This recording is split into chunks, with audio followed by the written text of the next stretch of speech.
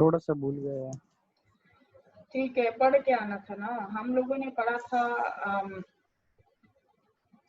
Pebbles activity पढ़ा था, ठीक है, कि पेबल्स टर्नओवर क्या होता है, then payables turnover in days, then हमने अकाउंट रिसीवेबल टर्नओवर पढ़ा था, then receivable turnover in days, then हमने एजिंग ऑफ रिसीवर्स पढ़ा था कि कौन से रिसीवर्स कितने पुराने हैं, तुमको कैसे कैटेगराइज करते हैं, जैसे 1 मंथ पुराना, 2 मंथ पुराना, 3 मंथ पुराना, ये सारे के सारे एक्टिविटी रेशियोज के अंडर आती थी, ठीक है। तो हमने बेसिकली एक्टिविटीज रेशियो पढ़ी थी लास्ट क्लास में। और इसके अलावा हमने एक न्यूमेरिकल भी किया था जिसमें कि करंट रेशियोज हमने कैलकुलेट की थी, याद आया? हमने सेल्फ करेक्शन प्रॉब्लम जो है 6.1 जी मैडम बिल्कुल, अभी याद आ गया। हाँ, सेल्फ करेक्शन प्रॉब्लम हमने किया था 6.1, उसमें हमने करंट रेशियोज कैलकुलेट की थी और हमने साथ में बताया था कि अगर क्या चीज चेंज होगी तो उसका क्या इफेक्ट होगा, यानी जैसे अगर आपने एसेट्स परचेज किए हैं तो उसका करंट रेशियो पे इफेक्ट आएगा ही नहीं, लाइबिलिटीज है तो उसका आएगा नहीं। तो हमने वो क्वेश्चन 1 किया था सेल्फ करेक्शन प्रॉब्लम्स का। अभी हम लोग करेंगे operating cycle versus cash cycle, ठीक है। ऑपरेटिंग साइकिल क्या होता है? अच्छा देखो, ऑपरेटिंग साइकिल और कैश साइकिल में बेसिक फर्क ये है कि ऑपरेटिंग साइकिल में जिस वक्त आप कहते हो कि मैंने अपने लिए रॉ मटेरियल परचेज करना है, लेकिन आपने अभी तक परचेज किया नहीं है, आपने सिर्फ इरादा किया है और आपने कहा कि मैं अपने फंड्स में से इतने जो पैसे हैं वो कमिट करता हूँ in order to purchase raw material. You have just committed your funds, you have not actually paid the cash. जैसे मैं कहती हूँ कि भाई मैं इन्वर्टर खरीदना चाहती हूँ, ठीक है, तो जो मेरे पास अकाउंट पे पैसे पड़े उसमें से 50,000 मैं इन्वर्टर के लिए अलग से रख रही हूँ। मैंने अभी तक 50,000 पे नहीं किए, मैंने सिर्फ इरादा किया, कमिटमेंट किया, ठीक है। उस वक्त से लेकर जब तक आप जो है वो प्रोडक्ट बना नहीं लेते, उसको बेच नहीं लेते, उससे पैसे आ नहीं जाते, जिसको हम कहते हैं रेवेन्यू, जो उस दौरान जितने भी दिन होते हैं उसको ऑपरेटिंग साइकिल कहते हैं। जैसे कंपनी ने आज कहा कि हम रॉ मटेरियल परचेज करें, उसके लिए हमने ये फंड्स अलग कर दिए, फिर रॉ मटेरियल परचेज हुए, आपने उससे प्रोडक्ट बनाई, फिर वो प्रोडक्ट बेची, फिर उसको बेच के आपके पास कैश आया। तो जब मैंने अलग से फंड्स कमिट किए थे टू परचेज रॉ मटेरियल, उस दिन से लेकर जब मेरे पास कैश मौसूल हुआ मुझे सेल्स की वजह से, वो सारे दिन मिला के ऑपरेटिंग साइकिल का हिस्सा होते हैं। कैश साइकिल दूसरी तरफ क्या होता है? कैश साइकिल तब से शुरू होता है जब आप रॉ मटेरियल के लिए एक्चुअली पे करते हो पैसे कैश की फॉर्म में, उस दिन से लेकर जब आपको एक्चुअली रेवेन्यू रिसीव होता है in the form of cash, वो कैश साइकिल है, ठीक है। ऑपरेटिंग और कैश साइकिल में इस वजह से थोड़ा फर्क रखा गया है क्योंकि देखो कंपनीज जो है वो रॉ मटेरियल कैश पे नहीं उठाती, कंपनीज रॉ मटेरियल क्रेडिट पे उठाती हैं और वो ये कहती हैं सप्लायर्स को कि जब हमारी अपनी सेल होगी और हमें पैसा आएगा तब हम आपको पे कर देंगे। तो इस वजह से ऑपरेटिंग साइकिल जो है वो बेसिकली क्रेडिट को कंसिडर करता है, ठीक है, जबकि जो कैश साइकिल है वो क्रेडिट को कंसिडर नहीं करता। यहाँ तक समझ आ गई आप लोग को?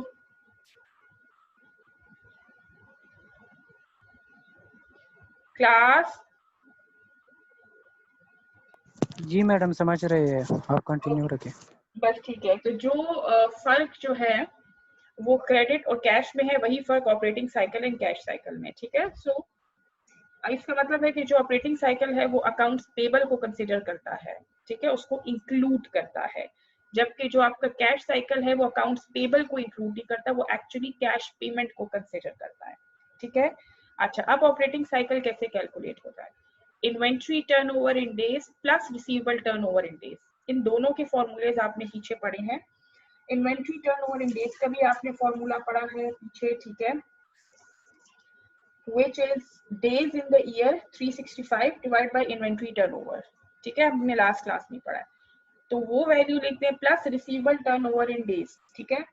तो वो भी हम लोगों ने पढ़ा है कि days in the year which is 365 divided by receivables turnover, तो रिसीवेबल टर्नओवर इन डेज आ जाएगा। इन दोनों को आप ऐड कर दे तो आपके पास ऑपरेटिंग साइकिल आ जाएगा।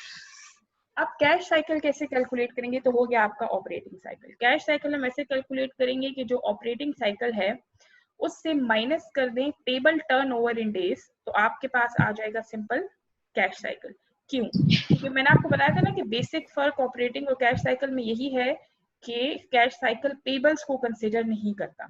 तो जब आप पेबल्स को माइनस कर देंगे ऑपरेटिंग साइकिल से तो वो ऑफ कोर्स कैश साइकिल ही बन जाएगा। That is the basic difference. अच्छा, फिर उसके बाद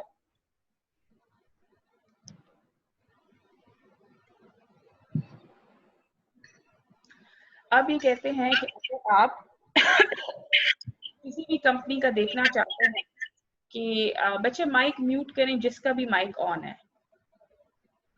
ओके, अभी आपको कहते हैं कि अगर आप देखना चाहते हैं कि कोई भी कंपनी कितनी लिक्विड है या कौन सी कंपनी कितने अच्छे फाइनेंशियल हालात में है, तो उसके लिए ये ऑपरेटिंग साइकिल एक बहुत अच्छा मेजर है। ठीक है, ये क्यों अच्छा मेजर है? क्योंकि आपका जितना ज़्यादा ऑपरेटिंग साइकिल कम होता है, उतनी ही ज़्यादा आपकी कंपनी एफिशिएंट होती है, या उतनी ज़्यादा आपकी कंपनी एफिशिएंटली मैनेज कर रही होती है चीज़ों को। मतलब उसने जितने कम दिनों में आपने रॉ मटेरियल परचेज करके उसको कन्वर्ट करके प्रोडक्ट में बेच के पैसे भी वसूल कर लिए, तो ये जितने कम दिनों में ये काम होता है उतना ही अच्छा होता है, जितने ज़्यादा दिनों में होता है उतना ही लेट होता है। बट देन अगेन हर इंडस्ट्री डिफरेंट होती है, कुछ इंडस्ट्रीज में चीज़ बहुत क्विक निकलती है तो उनका ऑपरेटिंग साइकिल छोटा होता है। कुछ इंडस्ट्रीज में चीज़ देर से निकलती है, फॉर एग्जाम्पल फर्नीचर हो गया, या जैसे सोलर पैनल्स हो गए, इनका अगर आपका बिजनेस हो तो इसमें फौरन चीज़ नहीं निकलती है। हाँ, जो नेसेसिटीज हैं जैसे चीनी, चावल, टूथपेस्ट, क्या कहते हैं, आटा, इस किस्म की जो चीज़ें ये जल्दी निकलती हैं तो उनका साइकिल थोड़ा होता है। लेकिन जैसे फर्नीचर या कंस्ट्रक्शन या इस किस्म की जो चीज़ें हैं, इलेक्ट्रॉनिक्स में जैसे हैवी मशीनरी हो गई, इनका जो ऑपरेटिंग साइकिल है वो थोड़ा सा लेट होता है। ठीक है, तो हम कैसे पता लगाएंगे कि एल्डाइन इज एफिशिएंट और नॉट? हम एल्डाइन को उसी की ही इंडस्ट्री एवरेज से कंपेयर करेंगे।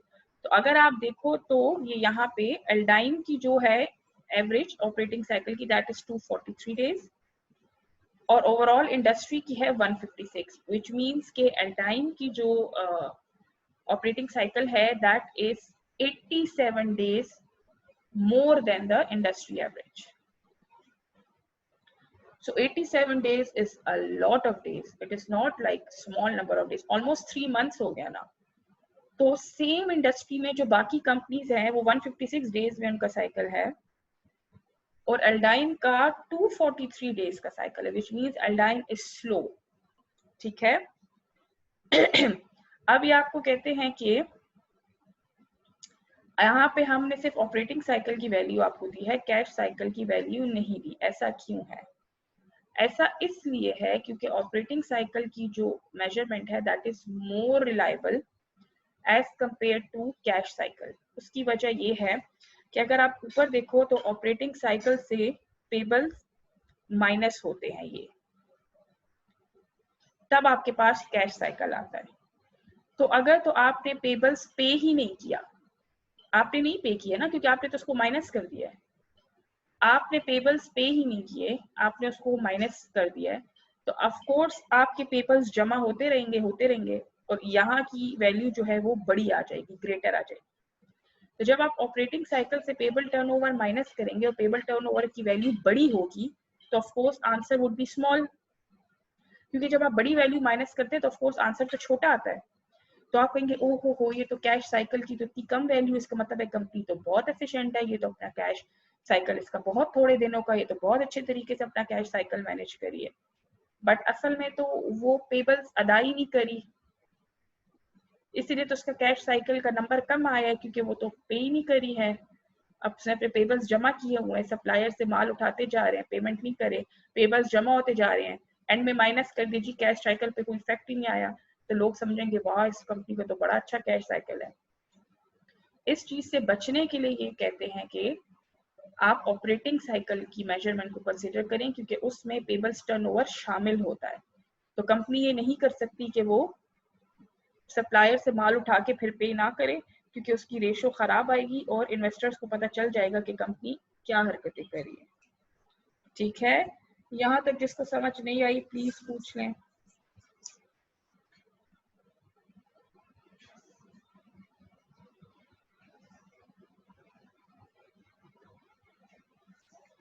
क्लास जिसको समझ नहीं आई पूछ लें।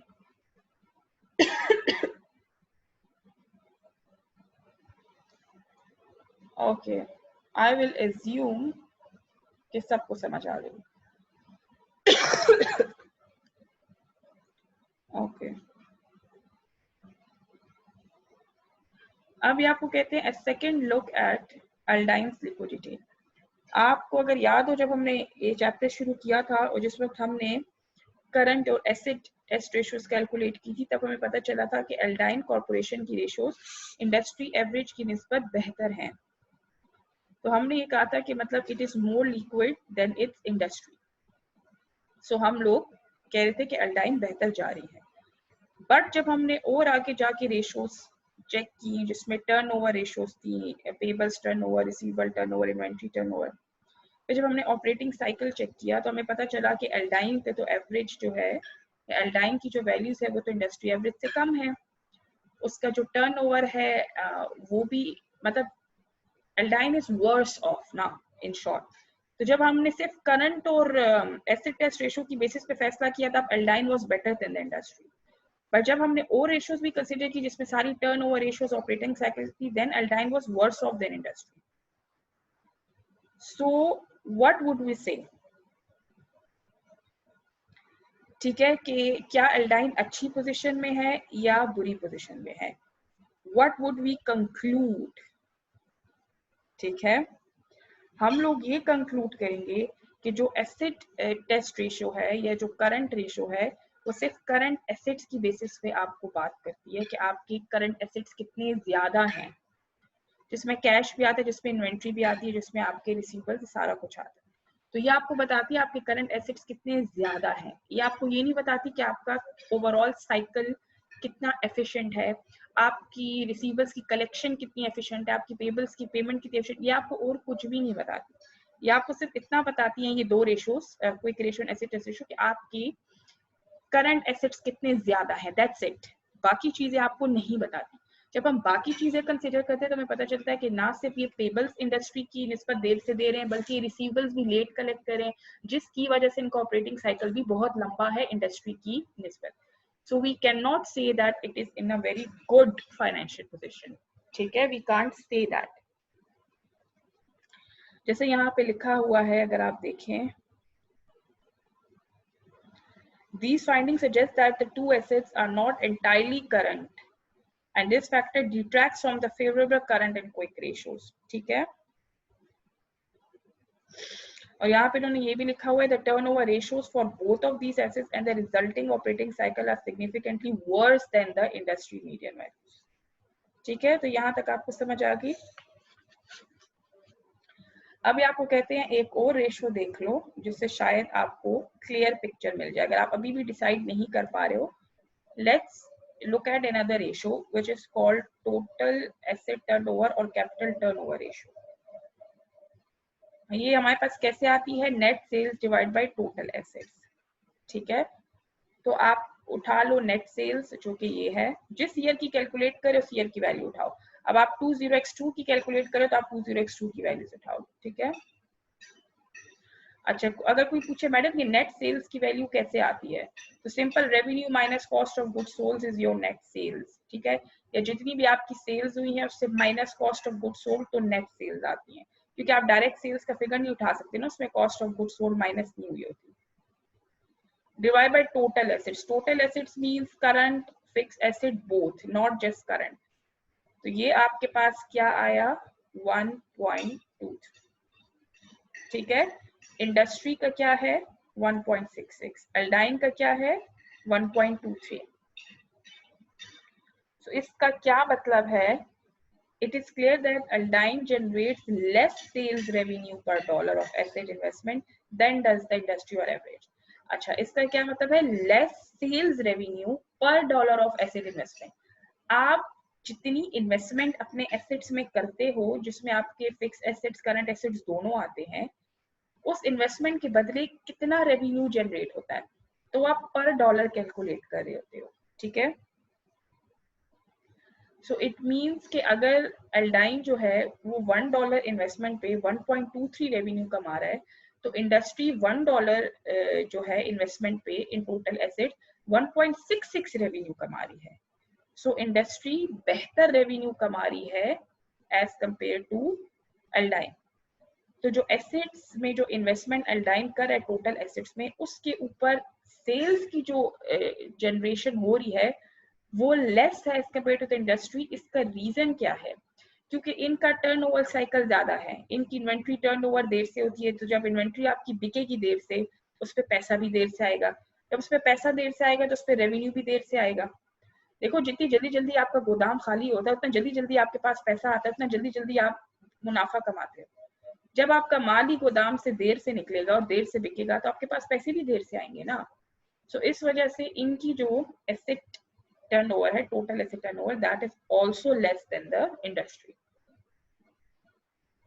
ठीक है। Aldine is less efficient than the industry in this regard. ठीक है। From our previous analysis of Aldine's receivables and inventory activity, we suspect that excessive investments in receivables and inventories may be responsible for a large part of the problem. हमने जब पहले analysis किए थे पिछली classes में तो हमने देखा था कि एक तो इनकी रिसीवेबल्स भी ज्यादा है, क्योंकि हम देखा था इनके रिसीवेबल्स बढ़े थे। तो रिसीवेबल्स इनके क्यों बढ़े थे? क्योंकि ये ज्यादातर जो है वो क्रेडिट सेल करते हैं और फिर उसको रिसीव भी देर से करते हैं। तो एक तो ये वजह इनका ये टोटल एसेट टर्नओवर की वैल्यू कम होने की। दूसरी वजह क्या है कि इन्होंने इन्वेंट्री एक्टिविटी में, मतलब इन्होंने अपनी इन्वेंट्री जो है वो उसमें बड़ा इन्वेस्ट किया हुआ। इनकी इन्वेंट्री बढ़ती है हर ईयर। आप X1 और X2 को कंपेयर करें, इनकी इन्वेंट्री बड़ी है। तो इन्वेंट्री क्यों बड़ी है? क्योंकि या तो ये इन्वेंट्री, या तो ये प्रोडक्ट ज्यादा बना रहे हैं, इतनी बिकती नहीं जितनी ये बना रहे हैं, और या तो वो बिक नहीं रही, गोदाम में पड़ी है। जो भी वजह है उसकी वजह से इनकी ये टोटल एसेट टर्नओवर कम आ रहा है। और प्रॉफिटेबिलिटी रेशियोज, और वैसे प्रॉफिटेबिलिटी रेशियोज में बेसिकली ये दो कैटेगरीज में डिवाइडेड है। एक में आप प्रॉफिटेबिलिटी कैलकुलेट करते हो अकॉर्डिंग टू सेल्स, ठीक है, कि सेल्स के लिहाज से कितनी प्रॉफिट हुआ या कितनी कंपनी प्रॉफिटेबल थी। एंड दूसरा प्रॉफिटेबिलिटी रिलेशन टू इन्वेस्टमेंट, कि आपने एसेट्स में जितना इन्वेस्ट किया उस लिहाज से कितनी प्रॉफिटेबिलिटी थी। अच्छा, तो एक में आप देखते हो कि आपने कितना प्रॉफिट कमाया as compare to your sales, और दूसरे में कितना आप प्रॉफिटेबल रहे हो as compare to the investment in your assets. तो सबसे पहले फॉर्मूलाज हैं, ये सबसे पहली कैलकुलेशन है in relation to sales. In relation to sales में आपके पास सबसे पहले आता है ग्रॉस प्रॉफिट मार्जिन। ठीक है। अगर मैंने आप लोग को एमसीक्यूज दिए तो मैं इस किस्म का भी एमसीक्यू दे सकती हूँ कि gross profit margin is used to calculate profitability in relation to, तो फिर आप जवाब दोगे सेल्स। ठीक है। अच्छा मैम ये एमसीक्यूज थोड़ा टफ नहीं होंगे ma'am? No, it's open book exam, come on. आप लोगों ने एमसीक्यूज अटेम्प्ट किए हुए हैं पेपर यानी हॉल में देते हुए, ये तो फिर भी ओपन बुक है। खैर okay, profitability in relation to sales, तो उसके लिए जो टर्म या जो कैलकुलेशन यूज होती है that is gross profit margin. उसका फॉर्मूला क्या है? Net sales. ठीक है, नेट सेल्स वही sales minus cost of goods sold ना, माइनस, अच्छा, net sales minus cost of goods sold divide by net sales. अच्छा, अब आप लोगों ने इस पे परेशान नहीं होना कि मैडम ये आप हमें फॉर्मूलाज पे फॉर्मूलाज करा रही हैं, हमारी प्रैक्टिस नहीं हुई, क्योंकि हम ये प्रैक्टिस अगले न्यूमेरिकल में कर लेंगे। ठीक है, जिसमें आप रेशियोज कैलकुलेट करोगे और आप कंपनी की फाइनेंशियल पोजीशन को एनालाइज करोगे, तो उसमें आप ऑलरेडी सारी रेशियोज कैलकुलेट कर लोगे। ठीक है, सो डोंट वरी, ये इसकी आपकी काफी सारी प्रैक्टिस हो जाएगी। ओके, और simply gross profit divide by net sales. ठीक है, कहते हैं दूसरा तरीका क्या है? ग्रॉस प्रॉफिट को नेट सेल्स से डिवाइड कर लो। ठीक है, सो आपका आंसर क्या आ जाएगा? 32.9%। अच्छा, अभी आपको कहते हैं this is basically gross profit formula ना, net sales minus cost of goods sold, ये ग्रॉस प्रॉफिट का फॉर्मूला है। ठीक है, तो अगर आप ग्रॉस प्रॉफिट कैलकुलेट करके डिवाइड बाय नेट सेल्स करो वो भी ठीक है, या अलग से पूरा कैलकुलेट करो वो भी ठीक है। सो ये आपको क्या बताता है कि एक कंपनी का प्रॉफिट कितना है रिलेटिव टू द सेल्स। ठीक है, और ये इस वजह से एक्यूरेट रेशियो, क्योंकि हमने इससे कॉस्ट ऑलरेडी माइनस कर लिया। तो आप ये नहीं कह सकते कि भाई ये तो पूरा प्रॉफिट ना हुआ क्योंकि हमने कॉस्ट माइनस नहीं की, कॉस्ट हम ऑलरेडी माइनस कर चुके हैं। अब ये आपको बताते हैं कि फर्म कितनी एफिशिएंट है, कितनी वो अपने ऑपरेशन से प्रॉफिट कमा रही है। ठीक है, सो दैट इज 32.9। इंडस्ट्री का एवरेज है 23.8%। So it means कि Aldine is more efficient in terms of profitability relative to sales than the overall industry. ठीक है? So indicating that it is relatively more effective at producing and selling products above cost. समझ आ रही बात की? देखो यहाँ पे ये आपको ये मेजरमेंट बता रहे हैं कि आप जितनी सेल्स करते हो, ठीक है, उसमें आपका प्रॉफिट मार्जिन कितना होता है माइनस कॉस्ट ऑफ कोर्स। तो आपका प्रॉफिट मार्जिन कितना होता है जब आप सेल्स करते हो 32.9%। बाकी इंडस्ट्री में कंपनीज का प्रॉफिट मार्जिन कितना होता है, जितनी वो सेल्स करते हैं उसमें प्रॉफिट मार्जिन कितना होता है 23.8%। व्हिच मींस के एल्डाइन ज्यादा बेहतर तरीके से प्रॉफिट कमा रही है या एल्डाइन का प्रॉफिट मार्जिन ज्यादा है as compare to the industry. अब इसका प्रॉफिट मार्जिन क्यों ज्यादा है? या तो इनकी कॉस्ट कम है औरों की निस्बत, ये सस्ती प्रोडक्ट प्रोड्यूस कर रहे हैं, औरों की निस्बत इनकी प्रोडक्ट बनाने की कॉस्ट कम आ रही है, इसीलिए इनका ओवरऑल प्रॉफिट मार्जिन ज्यादा है, indicating that it is relatively more effective at producing and selling products above cost. देखो जैसे हम लोग कहते हैं ना कि ये चीज अगर मैं 20,000 की खरीदूं और मैं 30,000 की बेचूं तो मेरा प्रॉफिट मार्जिन 10,000 का है। हम ये नॉर्मल टर्म्स में बात करते हैं। तो दूसरा बंदा कहता है कि तुम 20,000 की खरीद के 30 में बेचोगे, तुम्हारा 10,000 मार्जिन है, मैं 15 में खरीद के 30 का बेचूंगा, मेरा 15,000 मार्जिन है, तो मेरा मार्जिन तुमसे ज्यादा है। अच्छा, क्यों ज्यादा? क्योंकि मैंने खरीदी ही सस्ती है ना आपकी निस्बत। तो यही बात ये आपको कह रहे हैं कि एल्डाइन का प्रॉफिट मार्जिन इसलिए ज्यादा है क्योंकि ये चीज सस्ती बना रहे हैं, इनकी cost of producing that product is low as compare to the industry. अब वो क्यों लो है ये हम आगे जाके देखते हैं कि हमें चैप्टर में मजीद डिटेल्स पता चलती है या नहीं। एक तो जहन में चीज आती है, हो सकता है कि ये सस्ता मटेरियल यूज करें, हो सकता है ये सस्ती क्वालिटी दे रहे हैं, एक तो ये जहन में आता है। वरना आपके कॉस्ट ऑफ गुड्स सोल्ड में वेजेस और सैलरीज भी आती हैं, या तो इनकी तनख्वाहें कम है, इसमें ओवरहेड कॉस्ट भी आता है, या तो ये अपनी बिजली खुद प्रोड्यूस करें, कोई वजह है, ठीक है, जो अब अभी हम पता लगाते हैं क्या वजह है। अच्छा, लिक्विडिटी अगर पहले इसकी देखो, current ratio although following look stronger relative to the industry. So एल्डाइन को देखो, ठीक है, कि एल्डाइन की जो करंट रेशो है that is above the industry. Although वो गिर रही है, देखो 20x 0 में ज्यादा थी, फिर उससे कम, फिर उससे कम, फिर सबसे कम, लेकिन स्टिल इंडस्ट्री से ऊपर है।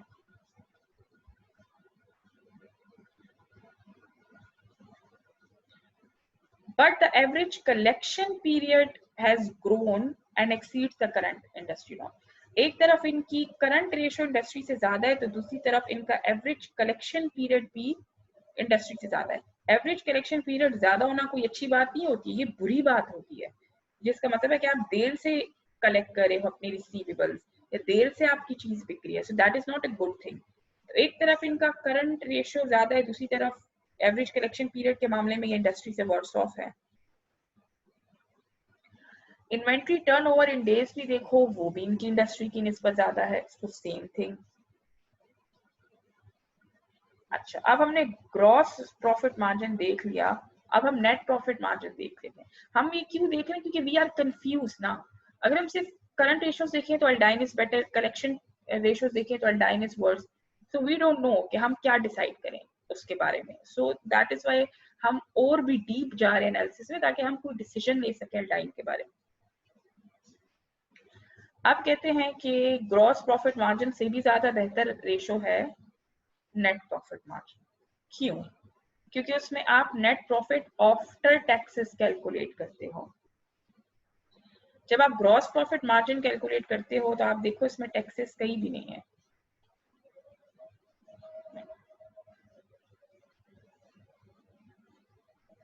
No taxes, simple net sales minus cost of goods sold, ठीक है, मतलब नेट सेल से कॉस्ट निकाल दो, देयर आर नो टैक्सेस।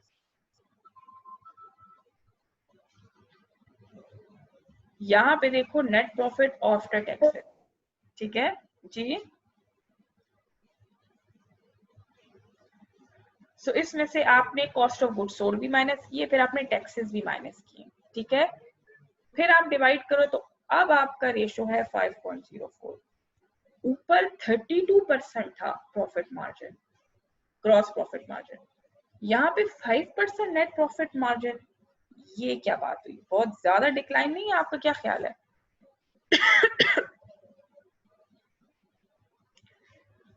समझ आ रही डिक्लाइन है जी?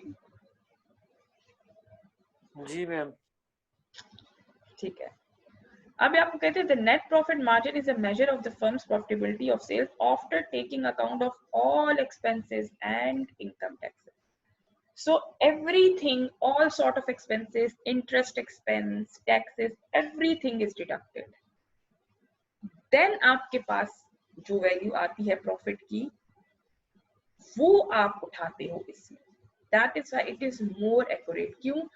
ग्रॉस प्रॉफिट मार्जिन में आपने इनकम एक्सपेंस नहीं माइनस किया, वो आपने टैक्सेस नहीं माइनस किए हुए, ठीक है, आपने और चीजें नहीं माइनस की। इसमें आपने सब कुछ, सारे खर्चे मिल मिला के जितने खर्चे थे सब हटा दिए, तो आप फाइनल वैल्यू उठाते हैं, ठीक है। दूसरी बात ये, इधर देखो आपके पास net profit after taxes is 201,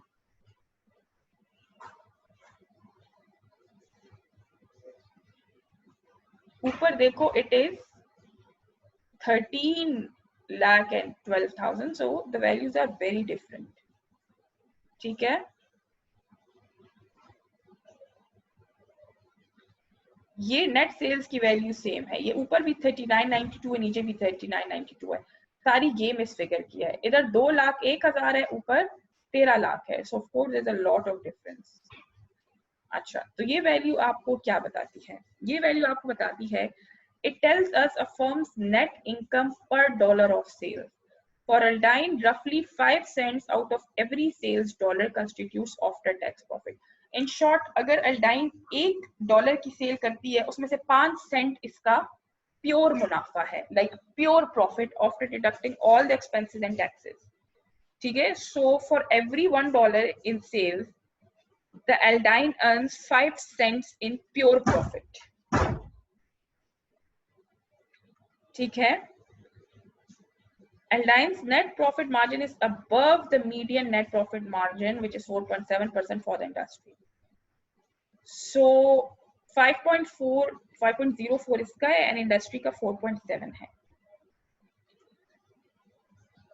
which indicates that it has a higher relative level of sales profitability than most of other firms in the industry. ठीक है?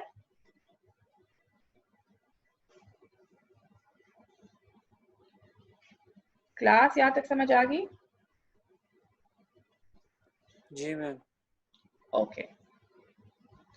अब ये आपको कहते हैं कि अगर आप देखो कि आपकी जो ग्रॉस प्रॉफिट मार्जिन है वो डिक्लाइन नहीं हो रहा, ठीक है, वो बड़ा अच्छा जा रहा है, वो नहीं डिक्लाइन हो रहा, 2-3 साल का आप एनालिसिस उठा रहे हो, लेकिन जो नेट प्रॉफिट मार्जिन है वो डिक्लाइन हो रहा है, तो फिर उसकी वजह यही हो सकती है कि या कंपनी के टैक्सेस ज्यादा हैं या कंपनी के और एक्सपेंसेस ज्यादा है। क्योंकि देखो जो कॉस्ट ऑफ गुड्स सोल्ड है ना, वो आपके सेलिंग एक्सपेंसेस, जिसमें आपकी एडवर्टाइजमेंट कॉस्ट आती है, वैसे journal overhead expensive administrative expenses, ये चीजें माइनस नहीं करती। जो नेट प्रॉफिट है, ठीक है, जो नेट प्रॉफिट मार्जिन है, वो ये सारे एक्सपेंसेस भी माइनस करते हैं। तो अगर आप देख रहे हो कि आपने 3 साल की वैल्यूज उठाई हैं जिसमें ग्रॉस प्रॉफिट मार्जिन चेंज नहीं हो रहा लेकिन नेट प्रॉफिट मार्जिन डिक्लाइन हो रहा है, तो उसकी वजह ये हो सकती है कि या तो टैक्सेस ज्यादा हुए हैं कंपनी के, ठीक है, टैक्सेस की रेशो बढ़ा दी है तो गवर्नमेंट की तरफ से टैक्स बढ़ गए, और या तो कंपनी के और एक्सपेंसेस बढ़ गए जिसमें सेलिंग एक्सपेंसेस यानी एडवर्टाइजमेंट एक्सपेंसेस बढ़ गए हैं या और एडमिनिस्ट्रेटिव एक्सपेंसेस, इसलिए ग्रॉस और नेट प्रॉफिट मार्जिन में फर्क आ रहा है। तो ये एक वजह होती है, ठीक है। On the other hand, if the gross profit margin falls, we know that the cost of producing goods relative to sales increase. वो तो ऑब्वियस सी बात है कि अगर आपका ग्रॉस प्रॉफिट मार्जिन डिक्रीज हो रहा है, इसका मतलब है कि आपकी कॉस्ट जो है वो बढ़ गई है एज कम्पेयर टू सेल। तो ऑफ कोर्स जब कॉस्ट ऑफ गुड्स सोल्ड बढ़ेगी, रॉ मटेरियल महंगा हो जाएगा। जैसे अब आप देखो, आप कोई चीज बनाते हो, मैं क्या आपको एग्जांपल दूं जिसमें, हाँ, घरों की कंस्ट्रक्शन देखो, घरों की कंस्ट्रक्शन क्यों महंगी हो गई है? क्योंकि ईंट महंगी हो गई है। एक जो ईंट है ना, एक ईंट का दाना वो महंगा हो गया है, सीमेंट की बोरी महंगी हो गई है। इसलिए अब देखो कंस्ट्रक्शन भी एक्सपेंसिव हो गया। पहले आप एक कमरा कितनी कॉस्ट में डालते थे, अब आप एक कमरा कितनी कॉस्ट में डालते हो? क्यों? रॉ मटेरियल महंगा हो गया, तो ऑफ कोर्स फाइनल प्रोडक्ट भी महंगी होगी।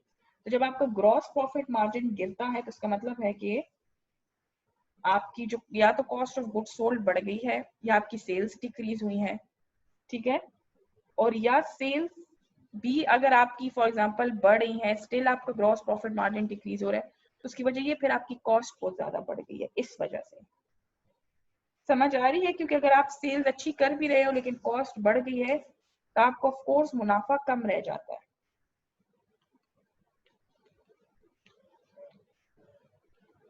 ओके, अब देखो profitability in relation to investment. इसमें इन्होंने आपको एक ही रेशो दी हुई है which is return on investment, एक ही रेशो। ऊपर तो दो दी हुई है ना, इसमें भी फिलहाल एक ही दी हुई है which is return on investment. Simple formula है net profit after taxes divide by total sale. ऊपर क्या किया था नेट प्रॉफिट मार्जिन में, net profit after taxes divided by net sales किया था, क्योंकि वो रिलेटिव टू सेल देख रहे थे ना। अब रिलेटिव टू इन्वेस्टमेंट देख रहे हो तो डिवाइड बाय टोटल एसेट्स कर दिया। Numerator is same, denominator has changed only. तो देखो न्यूमरेटर में वही 2,01,000 ही है, डिनोमिनेटर चेंज हुआ, and now your value is 6.18%, ठीक है। इंडस्ट्री एवरेज क्या है? 7.8% for the industry. So it has higher profitability per dollar of sales, but it has lower return on investment, ठीक है।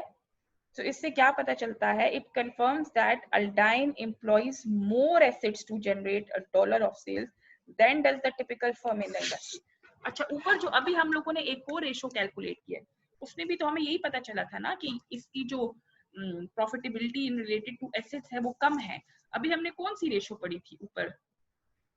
Total asset turnover ratio. Yes, हमने total asset turnover ratio पढ़ी है। उसमें हमें यही बात पता चली ना कि एल्डाइन जो है वो अपने पर dollar in investment in assets जो है उस पे कम सेल्स कर रहा है, मतलब उसकी इन्वेस्टमेंट ज्यादा है, उसकी सेल्स कम है कंपेयर टू इंडस्ट्री। और ये बात अभी हमें आरओआई से भी पता चल गई, बल्कि वो बात कंफर्म हो गई है कि देखो ये वाकई में इंडस्ट्री की निस्बत टोटल एसेट्स में ज्यादा इन्वेस्ट कर रहा है और इसको नेट प्रॉफिट इंडस्ट्री की निस्बत कम हो रहा है, विच मीन्स इसके एसेट ज्यादा है